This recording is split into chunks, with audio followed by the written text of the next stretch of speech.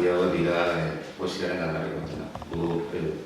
Poesiarekin identifikatzen dira eta elkartu gaituna poesia izan da. Poesia mete dugu eta beraz egun nahi duguna da bestek ere, guri guztien zaigun poesia gozatzea. Guretzat poesia zer den oso komplikatu da zaten, elkartzen gaituna da horrelako errealitatea ginditzeko asmoekiko da.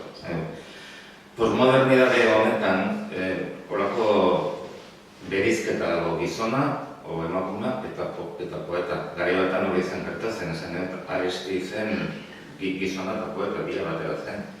Beraz, Otero gauza bera eta Gabriel Zelai uste du gauza bera. Orduan, haundura badagoenean eta gizakia alde batetik guten denean eta poesia bezetik guten denean, nik uste dut hor, errealitatea aldatu egiten da.